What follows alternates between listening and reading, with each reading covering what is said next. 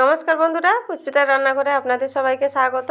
আজকে নিয়ে এসেছি মাত্র 15 মিনিটের মধ্যেই বানিয়ে ফেলা যাবে এমনই একটা চটজলদি হেলদি নাস্তা রেসিপি। খেতে ভীষণই টেস্টি হয়। সকালের তাড়াহুড়োতে বাচ্চাদের স্কুল টিফিনেও কিন্তু এটি দিতে পারেন বা সকালে হালকা ফুলকা নাস্তা হিসেবে এটি বানিয়ে নিতে পারেন। আজকের এই নাস্তার জন্য এখানে একটা বাটির মেজারমেন্ট করে ওই বাটিরই মাপে আমি 1 বাটি চিড়ে নিয়েছি। আর এখানে চিড়েটাকে ভালো করে ধুয়ে নিব। নর্মাল জল দিয়ে আমি এখানে চিড়েটাকে ধুয়ে নিচ্ছি। এখানে দেখুন চিড়েটাকে আমি ধুয়ে জল ফেলে দিয়েছি। এরপর ওই বাটিরই মাপে আমি হাফ বাটি নিয়ে নিলাম সুজি, আর নিয়েছি এখানে 3 চামচের মতন ফ্রেশ দই। তাতে দিয়ে দিলাম পরিমাণ মতো লবণ, আর নিয়েছি হাফ চামচ কালো গোলমরিচের গুঁড়ো, আর নিয়েছি এখানে চিলি ফ্লেক্স 1 চামচ দিয়েছি চিনিটা আপনারা চাইলে স্কিপও করতে পারেন। এরপর নিয়েছি এখানে ফ্রেশ কিছু ধনেপাতা কুচি। এরপর এখানে সব কিছু ভালোভাবে মিশিয়ে নিব। আর মিশিয়ে নিয়ে বেশিক্ষণ ভিজিয়ে রাখারও কোনো ঝামেলা নেই, ইনস্ট্যান্ট এটি বানিয়ে নিতে পারেন।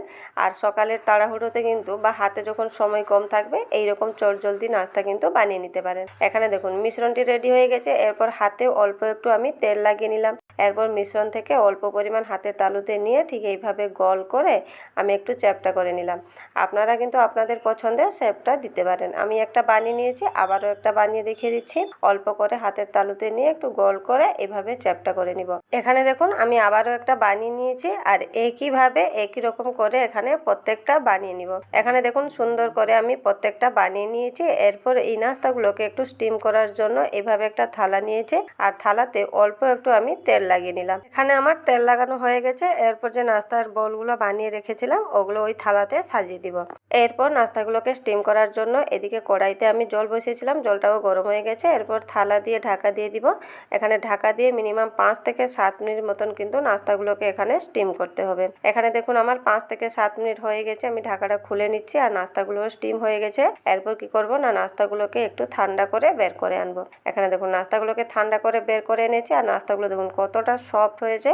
এইভাবে স্টিম করেও কিন্তু এই নাস্তাগুলো খাওয়া যায় যে কোনো সসের সাথে। তবে এর একটু টেস্ট বাড়ানোর জন্য এখানে কড়াইতে আমি 1 চামচ তেল নিয়েছি। তেলটা গরম হয়ে গেলে ফোড়নে হাফ চামচ কালো সর্ষে, হাফ চামচ জিরে, কয়েকটা কারি পাতা, একটা কাঁচা লঙ্কা কুচি, হাফ চামচ নিয়েছি সাদা তিল, অল্প একটু হিং দিয়ে এখানে কিন্তু ভালো করে সব কিছু ভেজে নিব। হালকা একটু ভাজা হয়ে গেলে তাতে দিয়ে দিব কাশ্মীরি রেড চিলি পাউডার, আর এখানে নিয়েছি আমি লবণ, আর নিয়েছি এখানে ম্যাগির ম্যাজিক মশলা। এই মশলাটা দিলে না নাস্তাটি একটু চটপটা হবে, আর বাচ্চাদের তো খুবই পছন্দের হবে। তবে আপনারা চাইলে এখানে স্কিপও করতে পারেন।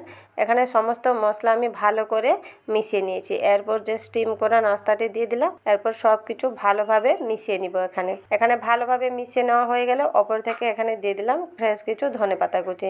এরপর সব কিছু ভালোভাবে মিশিয়ে এখানে বের করে নিব। আর নাস্তাটি দেখুন বন্ধুরা, দেখতেও খুব সুন্দর হয়েছে, খুবই চটপটা হয়। আর সকালের তাড়াহুড়োতে কিন্তু এইরকম চটজলদি মাত্র 15 মিনিটের মধ্যে কিন্তু এই নাস্তাটি বানিয়ে রেডি করতে পারেন। আর এখানে দেখুন নাস্তাটি আমি বের করে এনেছি। টমেটো সসের সাথে খেতে কিন্তু এটি ভীষণই ভালো হয়। এইরকম চটজলদি বানিয়ে বাচ্চাদের স্কুল টিফিনেও দেওয়া যায়। আর দেখুন কতটা সফট হয়েছে। আর আজকের আমার এই চটপটা এবং হালকা ফুলকা নাস্তাটি কেমন লাগলো কমেন্ট বক্সে কিন্তু অবশ্যই জানাবেন। নমস্কার বন্ধুরা, ভালো থাকবেন।